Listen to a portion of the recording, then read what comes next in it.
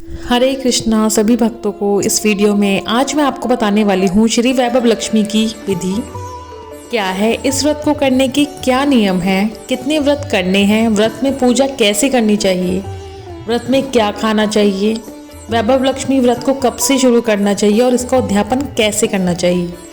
तो चलिए शुरू करते हैं वीडियो को। तो स्वागत है आपका मेरे काना मेरा लाडला पर।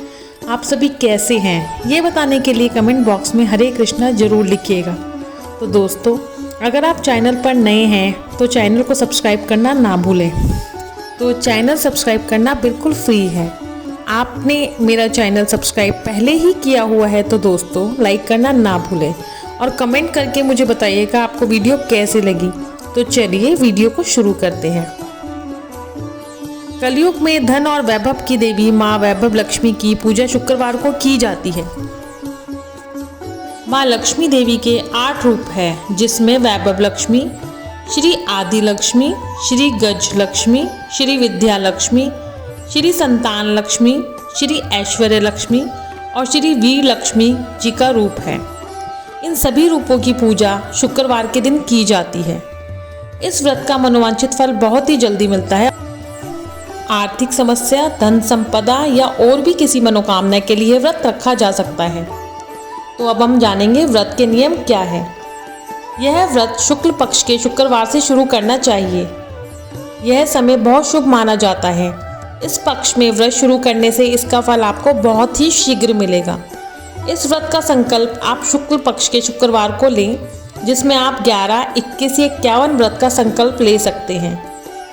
जितनी आपकी श्रद्धा हो उतने व्रत आप संकल्प लेकर कर सकते हैं। भगवान विष्णु और माँ लक्ष्मी की प्रतिमा के आगे आप यह संकल्प ले सकते हैं।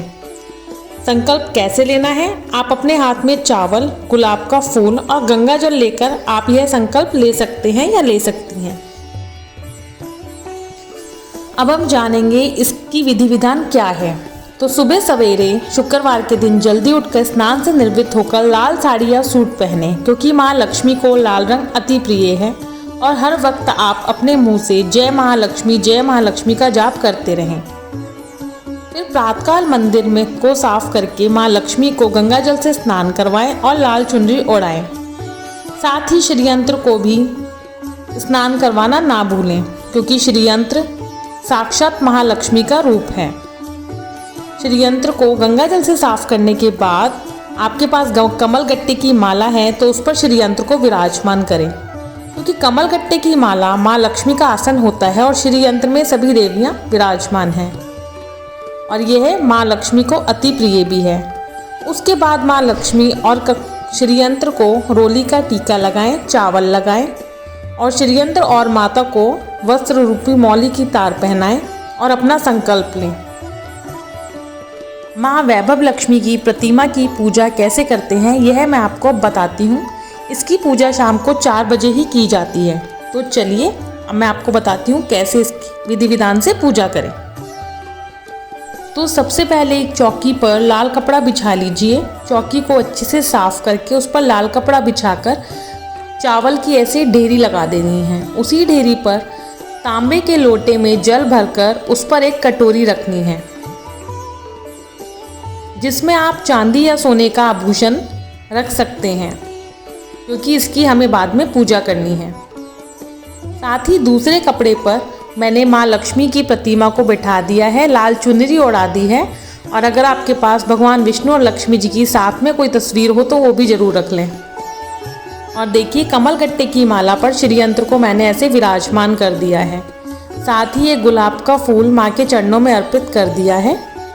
इस दिन माँ को चावल से बनी खीर का या सफ़ेद रंग की बर्फी का ही भोग लगाएं। तो भक्तों, ये सभी तैयारी करने के बाद माता रानी के आगे देसी घी का दीपक जलाएं और धूप बत्ती से जो आपने गहना रखा है उसकी भी पूजा करें।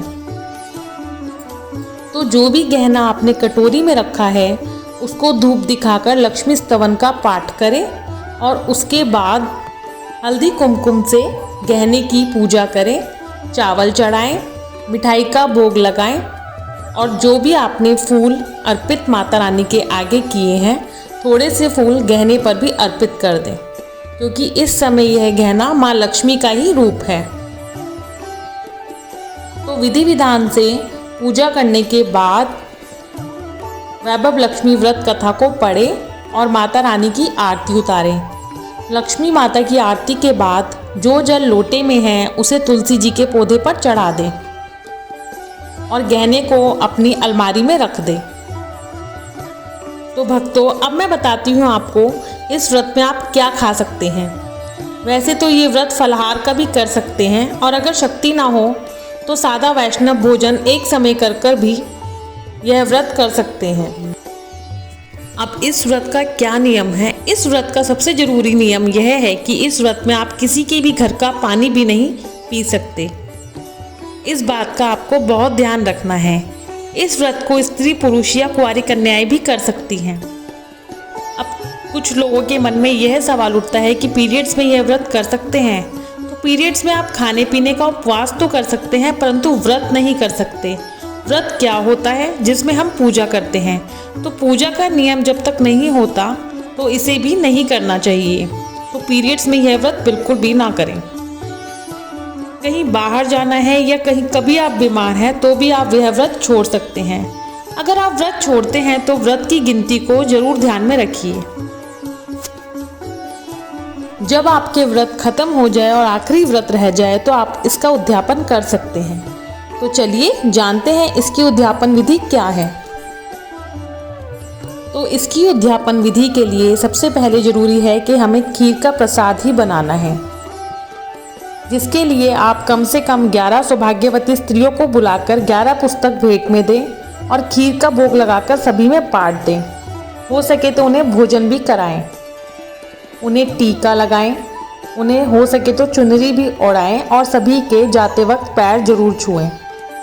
तो पूजा विधि विधान करने से ही उसका फल मिलता है।